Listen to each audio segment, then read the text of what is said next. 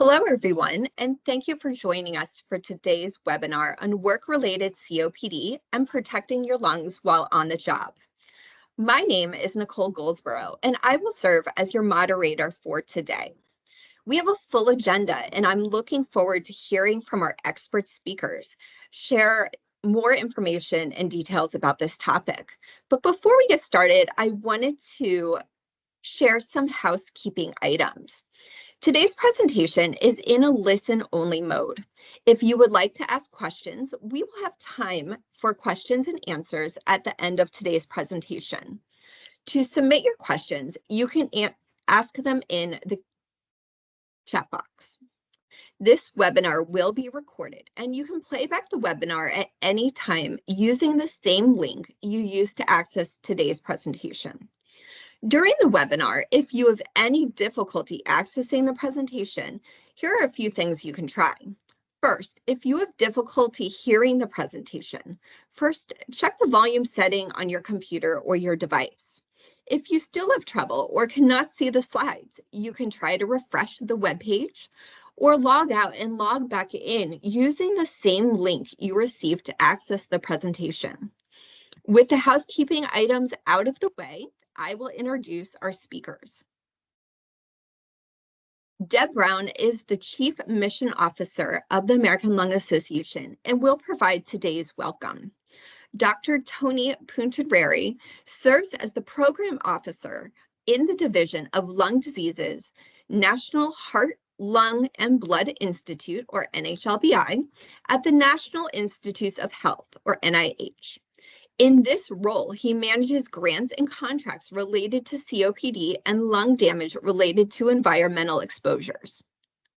He also is responsible for developing and implementing programs that aim to understand, prevent, and evaluate COPD therapies. He has been with NHLBI since 2006. Dr. Stella Hines is board certified in occupational and environmental medicine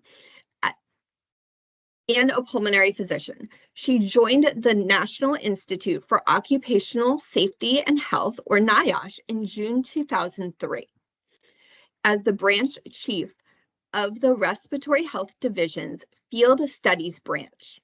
This branch conducts health hazard evaluations to help employees, unions, and employers learn whether health hazards are present at their workplace and recommends ways to reduce hazards and prevent work-related respiratory illness. And last, we'll have Mary Cohen, who's our patient storyteller for today. She lives with her family in Illinois. Again, I'm really excited to hear from all of our speakers, and thank you so much for joining us. And now I'll turn it over to Deb Brown for today's welcome. Thank you, Nicole. Well, hello, everyone, and thank you for joining us for today's webinar on work-related COPD and ways to protect your lungs in the workplace. Currently, there are over 34 million people in America living with a chronic lung disease like asthma, COPD, pulmonary fibrosis, or lung cancer. It is our mission to save lives by preventing these lung diseases, but also by improving the lives of people living with lung diseases through research into new treatments, advocacy to improve access to healthcare, and education to help people better manage their disease. Today, we are focusing on one of the most under-recognized risk factors for COPD, which is work-related exposures to dust, chemicals, fumes, and vapors. While the focus of today is COPD, across the United States, millions of people are exposed to hazardous materials or substances in their workplace that may increase their risk for developing not only COPD, but other lung diseases like silicosis or work-related asthma. In fact, it is estimated that more than 1 in 10 people are living with a work-related lung disease. There is a need to increase awareness and education about work-related lung diseases in hopes that people who may be at risk can protect their lung health while at work and seek medical care earlier if they are experiencing breathing-related symptoms. On behalf of the American Lung Association, again, I thank you for joining us today. So it's now my pleasure to turn the program over to Dr. Puntareri to begin our program. Thank you.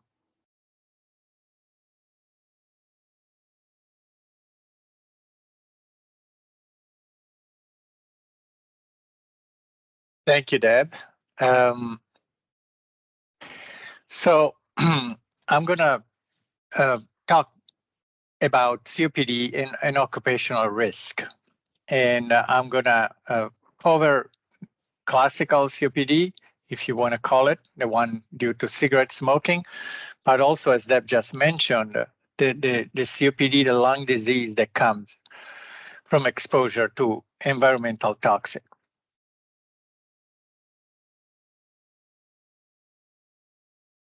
You already know who I am. Trying to advance the slides. Okay, COPD stands for chronic obstructive pulmonary disease, is the sixth leading cause of death right now, and it's been bumped down a little bit just because of COVID, but accounts for more than 140,000 deaths per year. And to give you an idea, lung cancer also, unfortunately, is responsible for that amount of deaths. An estimated 6% of adults have been diagnosed with COPD. And so we talk about 16 million people, but we think that there are a million more that have not been diagnosed yet. And COPD is also a leading cause of disability.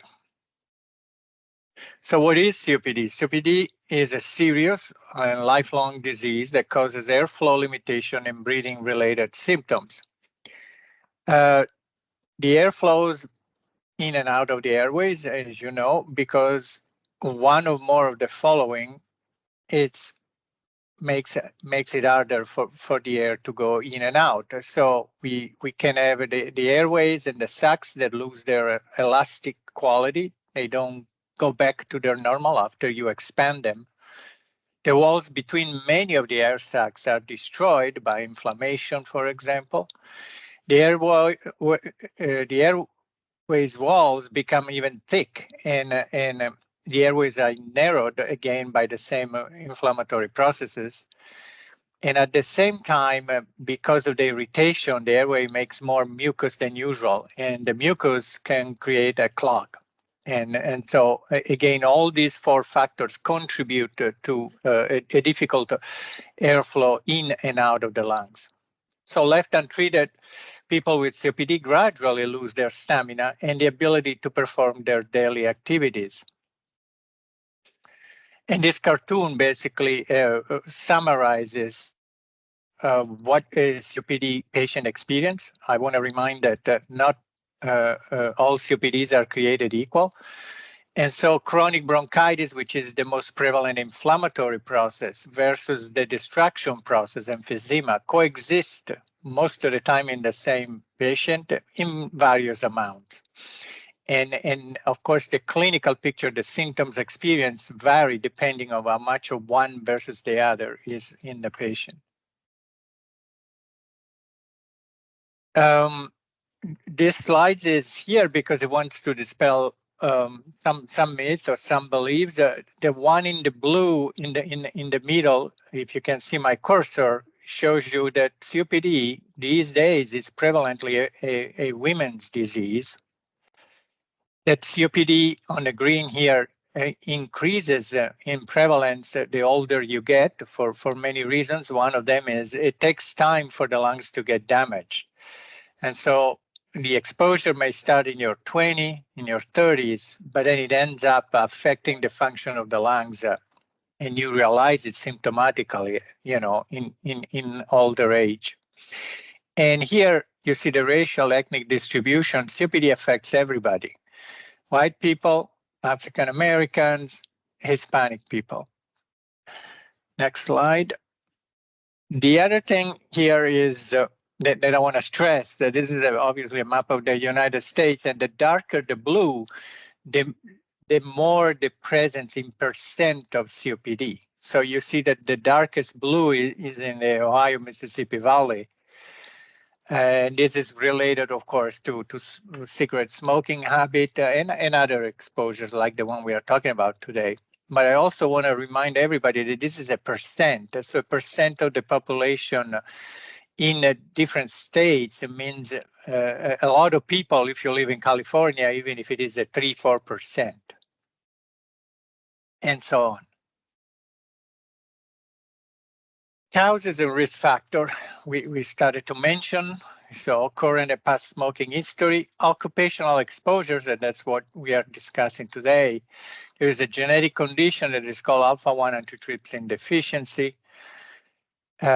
We showed you that the older you get, the chances that you will show COPD are higher. There are changes for some people in lung growth or development, depending, again on the sex, and also on some genetic developmental conditions. History of asthma is frequent in the history of COPD. Exposure to indoor air pollution, history of childhood respiratory infection, and exposure to outdoor pollutions. And so 1, 2, 3, this triad, obviously, it's interconnected. Next slide. So causes a risk factor, as mentioned. So cigarette smoking, 75% of the cases. Genetic condition affects about 100,000 Americans. You need to be homozygous, but there are also carriers that can be more susceptible. And carriers are supposed to be about 1.3 million people in the States. And so even if they don't know, because if you do not have both genes affected, if you don't smoke or if you're not exposed, your lung function, it's okay. Your lungs work okay. But if you start exposing those lungs to, again, these irritants, it may lead you to lung disease. And here we go, long-term exposures to lung irritants. For example, among them, secondhand smoke and other lung irritants, and we'll go in detail on the talk, like certain chemicals, dust, fumes that are coming from the environment or from the workspace. I want also to make clear to everybody that most of the time it's never one thing. It's a combination, it's a combo of multiple that can affect the development of the disease. So if you're working in an environment that is not healthy and you're also smoking, of course, that is a double whammy. Occupational exposures per se account for 15% of COPD cases. So common COPD signs and symptoms, they are listed here, these 5, constant coughing, sometimes it's called smoker cough. The cough can be productive, there is excess mucus productions. Your air pipe are tight, so you can produce a whistling sound, a wheezing.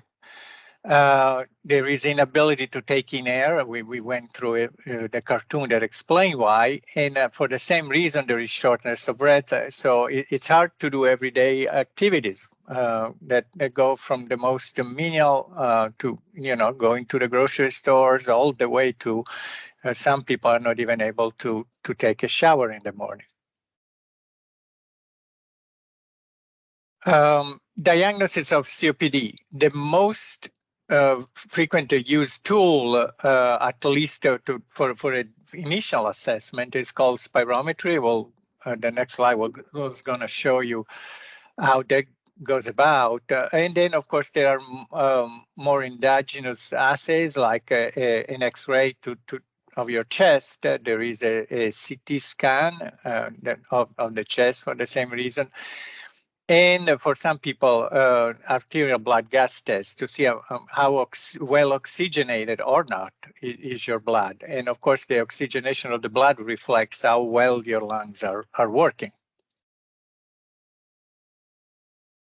So spirometry, you see this person has a clip on their nose and is blowing in the tube. It's a very easy to take. I've done it many times, assay. And you just take a deep breath and you push out with all the strength that you can. And then the machine measures and translates all those efforts into how well your lungs are doing for your age, of course, and for your sex. So can help your provider, of course, to understand if you may have COPD before you even notice the symptoms. As I mentioned before, it's a progressive disease. You get exposed earlier. The symptoms affect you mostly later on in life. but it's important to understand that it's progressive. It starts with the exposure, accumulates with the exposure, and comes out all of a sudden when you can't again anymore do the things you like to do. So managing and treating COPD, the goals of the treatment while we are waiting for a cure for something that could stop those processes, and there are a lot of investigators and clinicians out there that are trying to reach this goal.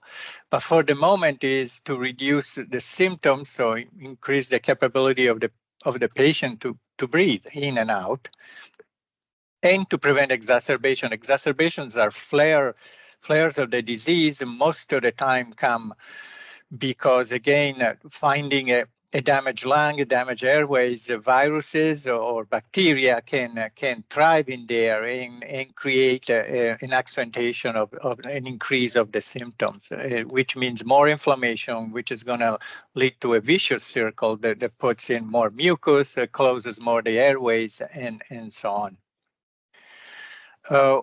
One point that I wanted to make here is treat comorbid conditions. COPD patients most of the time have additional diseases. One reason being because the same things that damage your lung damage other organs.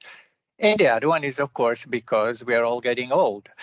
And so there are other conditions like cardiovascular disease and diabetes that are very frequent in these patients, and then together, contribute to the disease and how a person feels about. So treating COPD, there is a big list here, and the list is progressive depending how serious is the disease.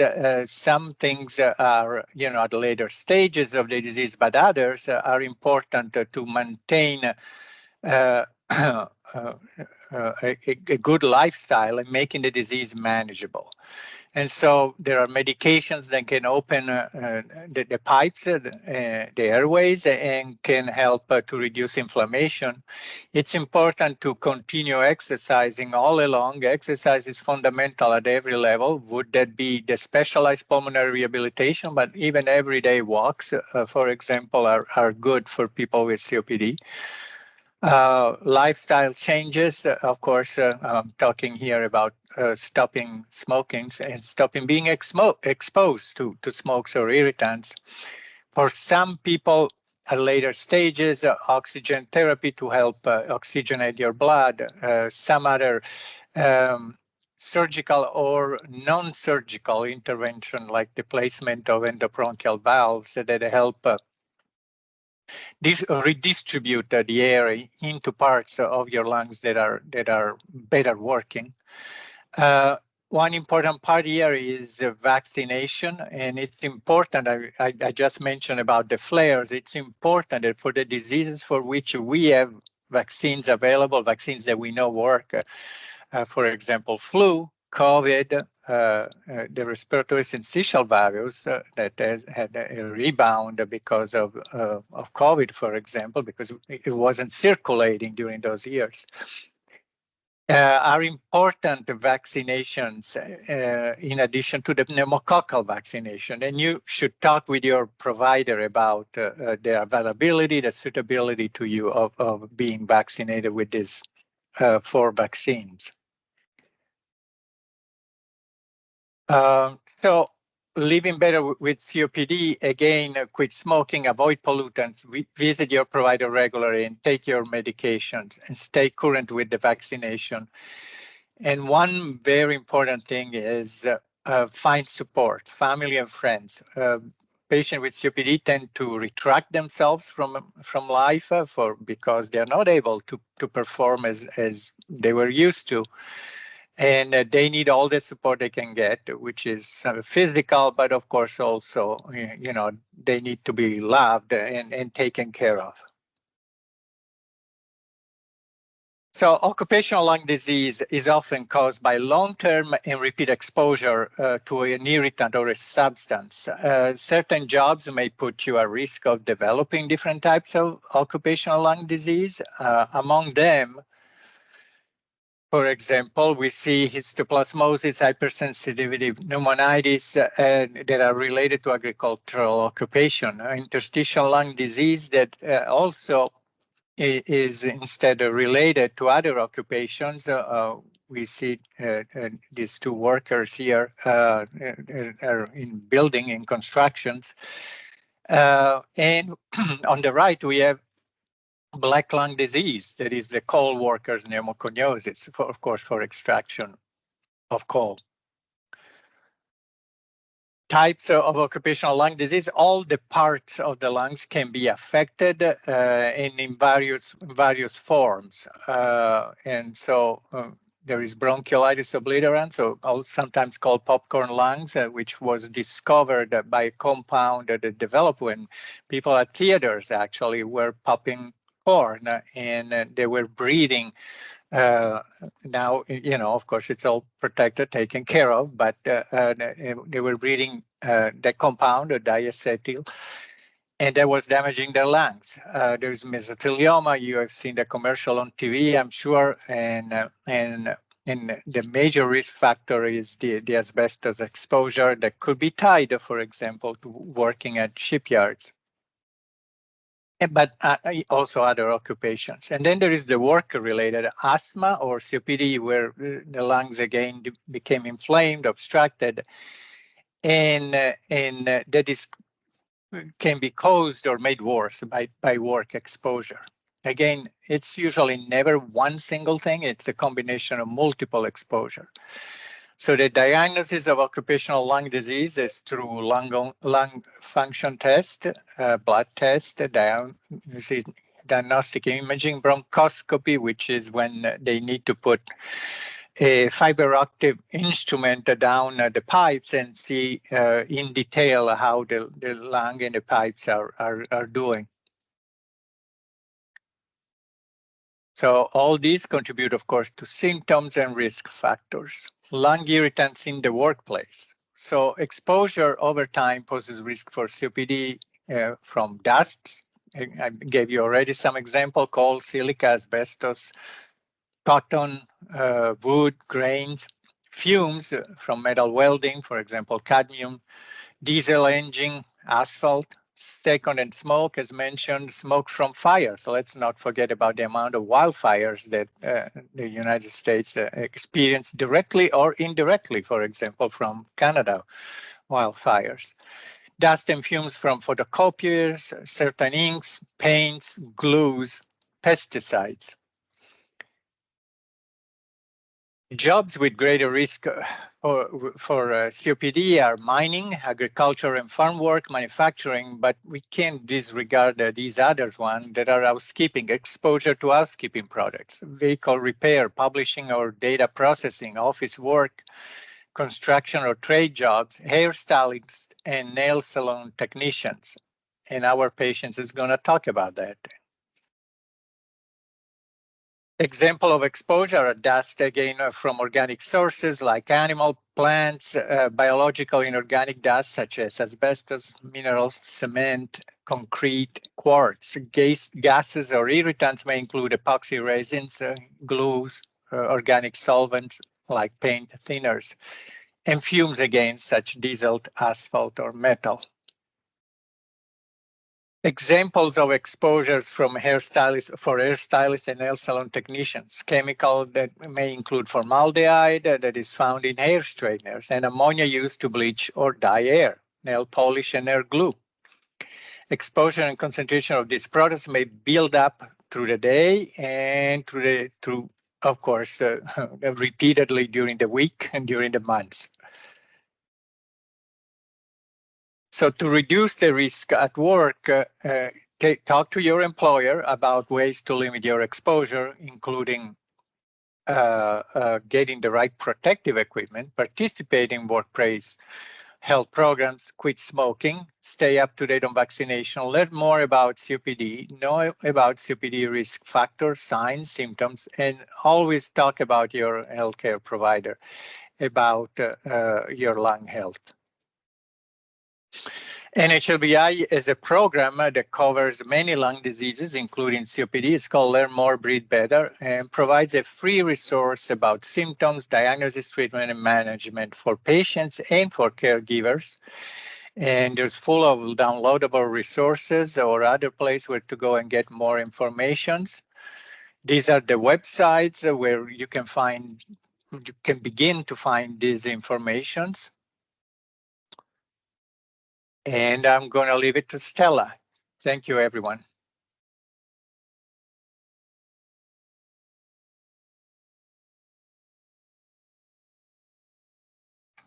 And I will happily take over. Got to get the slides back up here. And Nicole, are you going to share the slides again, or do I need to share them?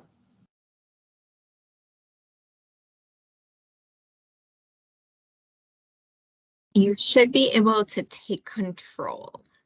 Okay.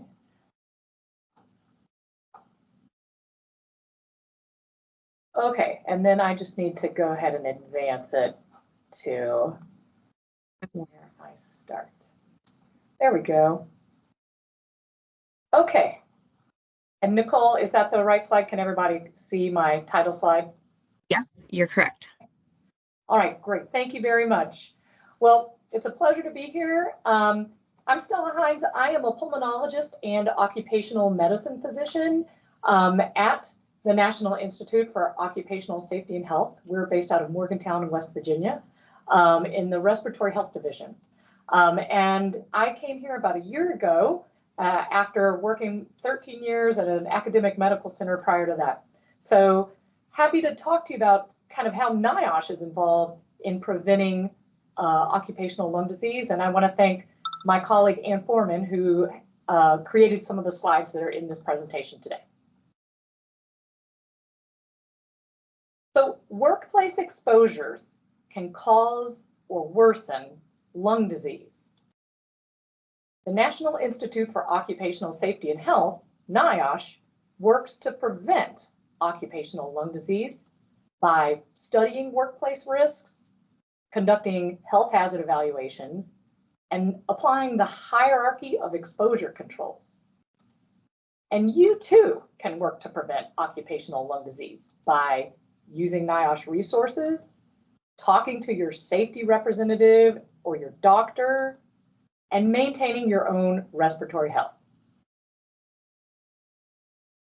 NIOSH's Respiratory Health Division provides national and international leadership for preventing work-related respiratory diseases and optimizing the respiratory health of workers. We promote high-quality lung function testing as part of occupational health surveillance. We go to work sites to evaluate work practices, understand what exposures are occurring, and make recommendations to improve work practices for health. We provide mobile chest X-ray and pulmonary function screenings for minors, and we do research to identify and intervene on occupational risk factors for lung disease. So in occupational health, the hierarchy of controls is a framework that describes methods of controlling occupational hazards. So this approach groups actions from most effective to least effective by their likely effectiveness in reducing or removing hazards.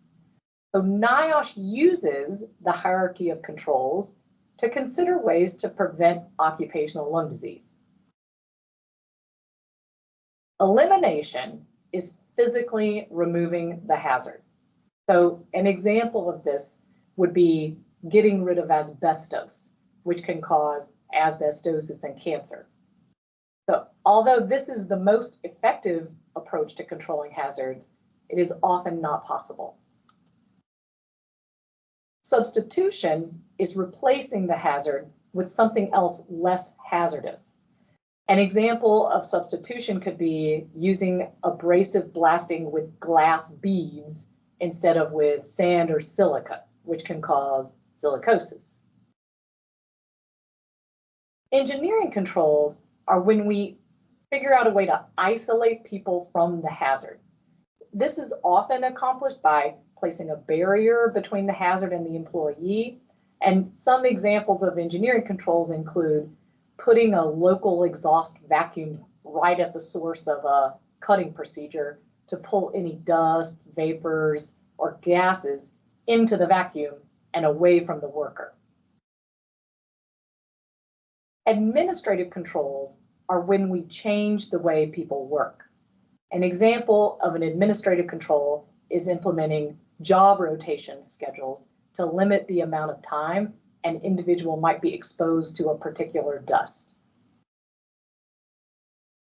And the last line of defense for controlling hazardous exposures is personal protective equipment, or PPE, even though that is often the first method of control people might think about.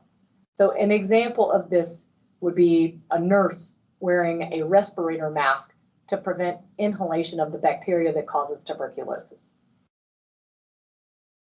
So in summary, in most cases, the preferred approach is to eliminate hazardous materials or processes and install engineering controls to reduce exposure or shield employees.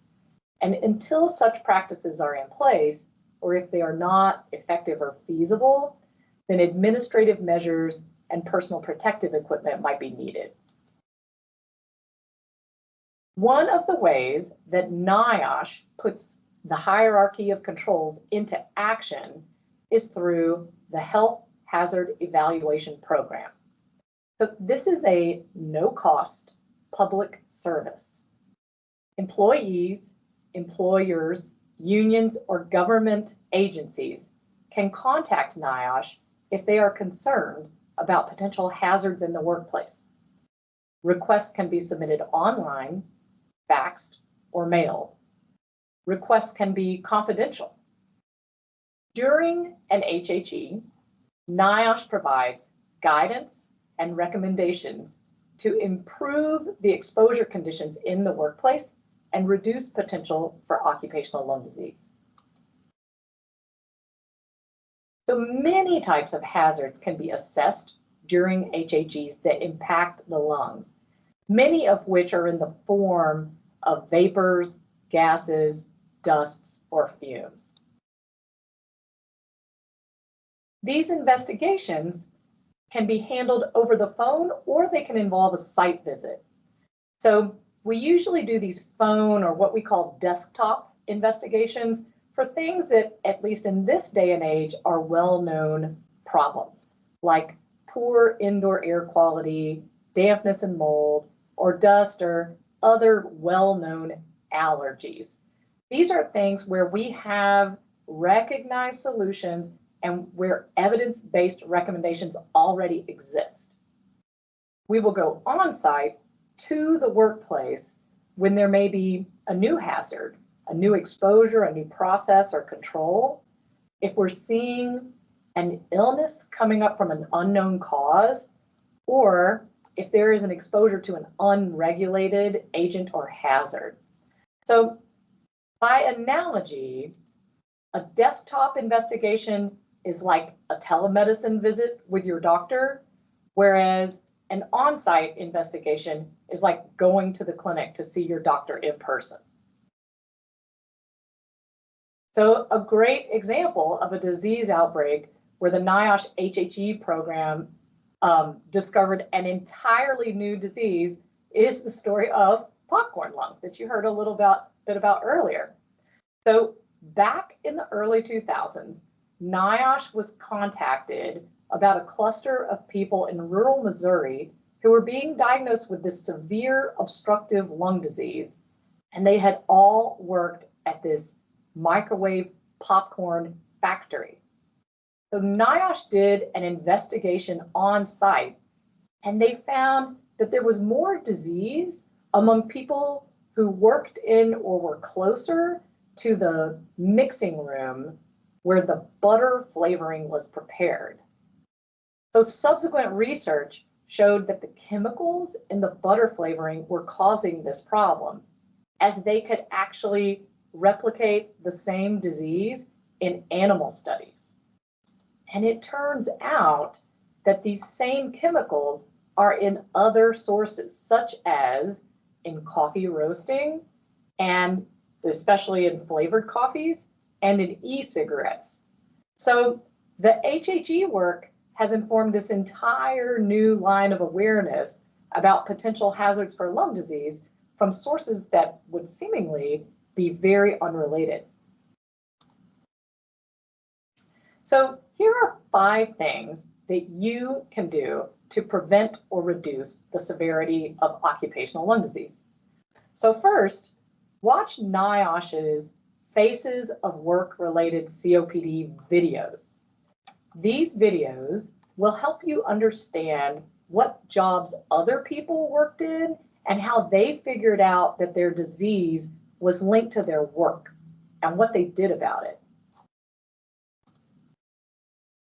If you're still working, discuss any exposure concerns with your supervisor or safety representative. This way, they can be aware that there could be a safety issue that they should know how to determine if the exposure controls from the hierarchy of controls are in place. Third, tell your doctor what you do and what you are concerned about. This way, your doctor can understand whether you may be at risk for certain diseases and perform the necessary tests to diagnose and treat you correctly. Fourth, avoid smoking. This is because tobacco smoke combined with occupational exposures can make things worse, or it may actually blind others to thinking that what you are experiencing is completely due to tobacco smoke, when there may actually be contributions happening from your workplace also. Use the resources provided by the American Lung Association or the CDC for help with stopping smoking. And fifth, if you've done all of these things and you're still having concerns about a workplace exposure, request a health hazard evaluation. Places having trouble figuring out how to control exposures, NIOSH can help them figure this out and make recommendations that your employer can implement to prevent lung disease. So here's how you request an HHE. So the request can be made via the NIOSH website, and the QR code links directly to where you can do that. And who can request this? So 3 employees from a specific worksite can request, or 1 employee representative, such as a union representative. The employer can request this, and also state and local health departments can request NIOSH's involvement through something called a technical assistance request. So a doctor who is seeing a patient and has a concern about the workplace exposure cannot request the HHE, but the doctor can encourage the patient to request an HHE, or could even reach out to the union or an employer to describe their concerns, and then that person could request the HHE. So remember, workplace exposures can cause or worsen lung disease. NIOSH works to prevent occupational lung disease, and so can you. So my contact information is here, along with the QR code for how you go to our website to request a health hazard evaluation. And I'll turn it over to Nicole. Thank you, Dr. P, and thank you, Dr. Hines, for your fantastic presentations. And next, let's hear from Mary. Mary, are you able to share your story? Can you hear me? Yes. Okay. All right. Well, thank you, doctors, for your presentation. That was wonderful. My story begins back in 1987 when I went to beauty school. And I started doing nails. The school was very, they liked to get us involved in competitions. So I got into nail competitions. And that's when the chemicals were, they had no idea how bad they were. But anyway, every day I was doing these nails. And I started getting sick, which they would say, oh, you have allergies. And so they would give you a doctor. I'd go to the doctor. I'd get antibiotic and prednisone. And later on, going down through the years in the 90s, I ended up in a spa where I was doing nails 4 days a week, all day long. Plus, I was cleaning. Now, they had us cleaning, mixing bleach with soap in a tub, which we had no idea that that created a gas that can damage your lungs. And I started getting sicker, and I would go to the doctor. It was almost on a monthly basis by now, and they would just give me an antibiotic and prednisone. And you have allergies. Well, everybody in the salon seemed to have these allergies. And finally, I ended up, I had to see the doctor's assistant um, one day because the doctor was busy. And she looked at my file and she said, you've been sick a long time. This was like in 2006. You've been going back through here, back and forth, and they would do chest x-rays, but no one said anything. She said, we need to find out what's going on. So she sent me to a pulmonologist, which she said he was very good about diagnosing. And he did tests and said, well, he said it's COPD, but he said the top of my lungs were in very bad shape. And there wasn't a lot I could do for that. I couldn't undo the damage, but I was smoking too at the time.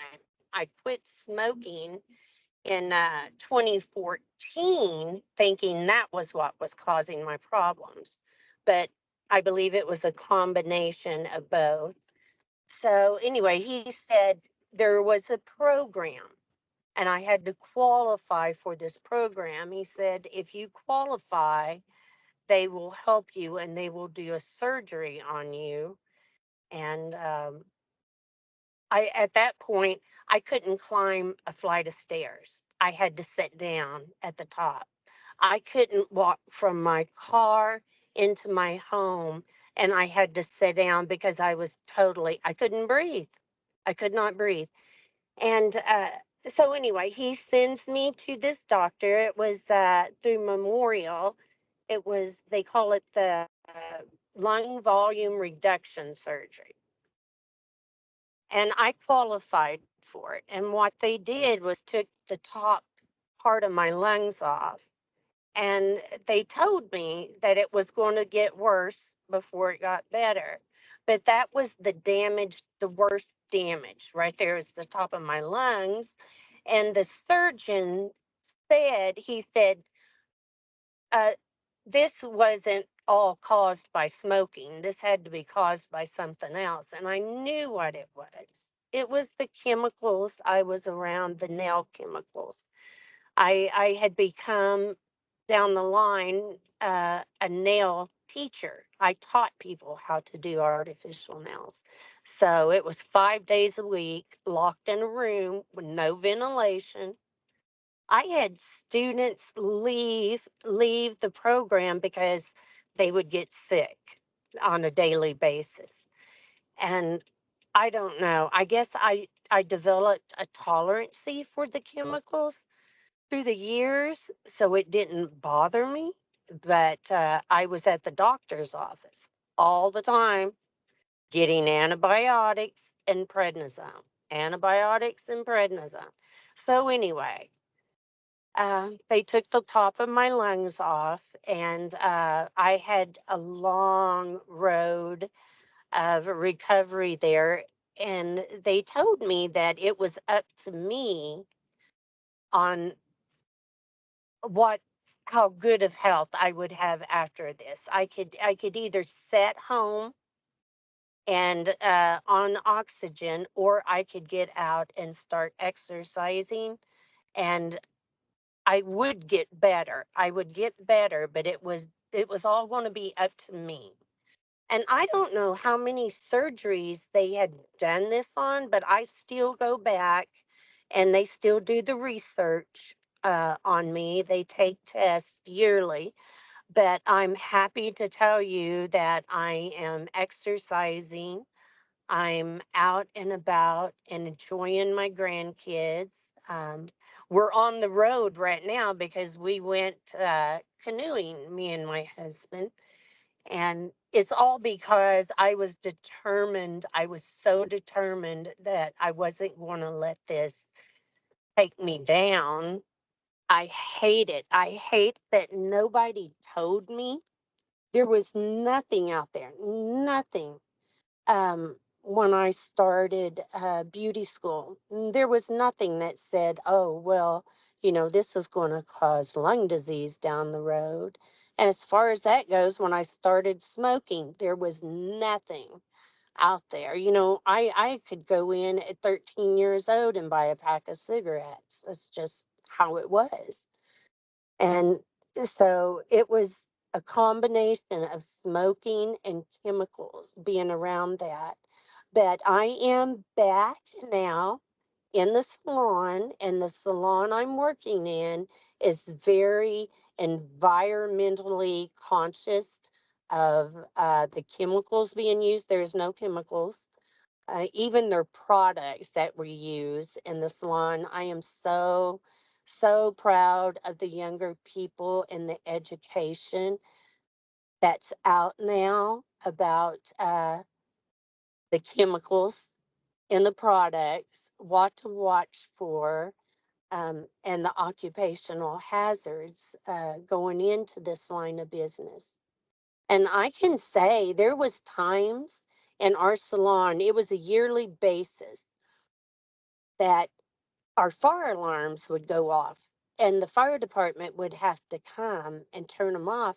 And it was because the chemicals had corroded over the fire alarms and they wouldn't shut off.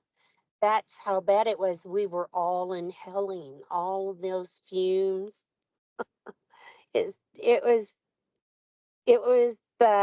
something. I can tell you that Hi, Mary. I thank God.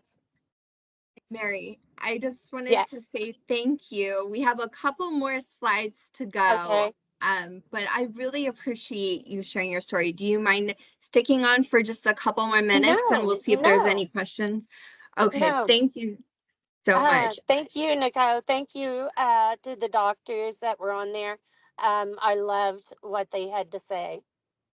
Thank you. And so next we'll just talk about some of the American Lung Association resources that are available. As I mentioned, we will give a few minutes for Q&A, and if you have any questions, please feel free to enter them into the chat. But the American Lung Association in April of 2024 launched a national campaign to raise awareness about work-related COPD and ways to protect your lungs. This included not only the webinar here today, but also a 30-second video and an assessment tool. And really our goal is to raise awareness about recognizing work-related exposures, recognizing early warning signs of COPD, and then encouraging people experiencing symptoms or risk factors to have that conversation with their healthcare provider. And so we're running a little bit late on time, but if you go to the webpage lung.org/workplace/COPD, you can watch the 30-second video. It's available in English and Spanish. Oh, or we'll play it right now.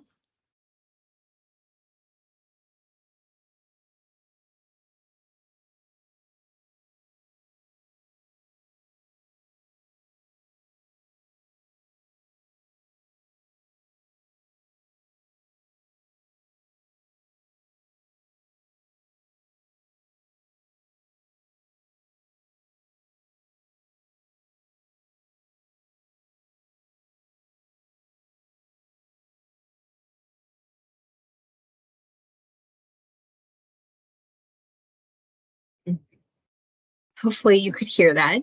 Part of this project is we also created an assessment tool. It includes 5 questions to help people understand their risk of exposure to different materials or substances that may affect their breathing and cause symptoms.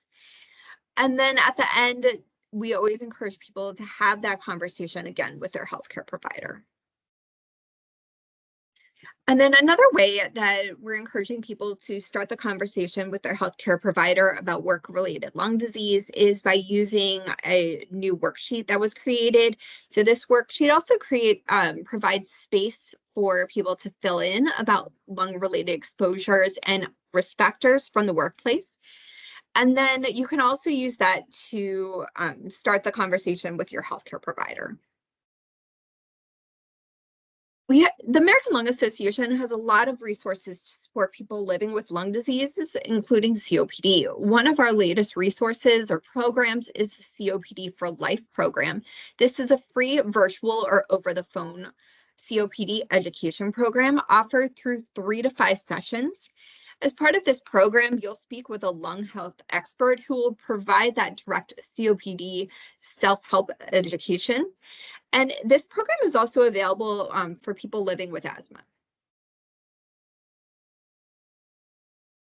Dr. Pugh talked a lot about COPD and work-related COPD and mentioned different ways to manage it. However, if you're interested in diving a little bit deeper, you can take our free online program called COPD Basics.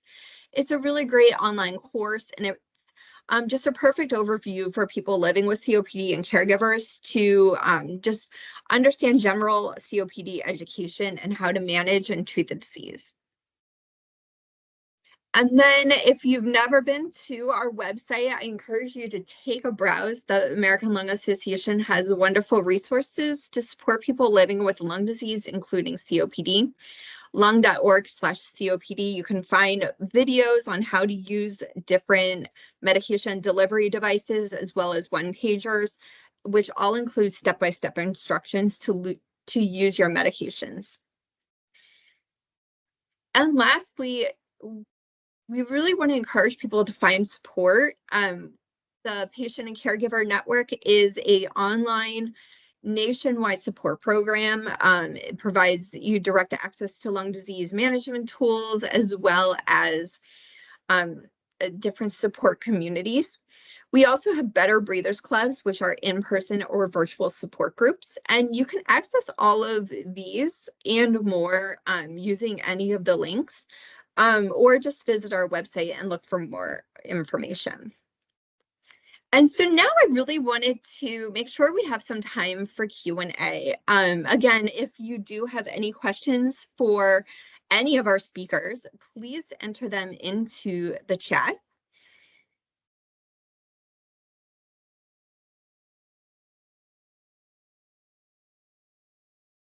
And Mary, we did have someone in the chat saying thank you for sharing your story. So I appreciate that.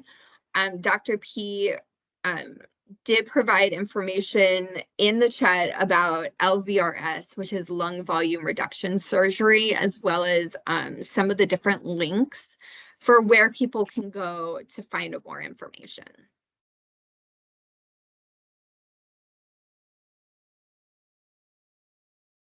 So I just want to make sure we have a chance to ask any of our speakers.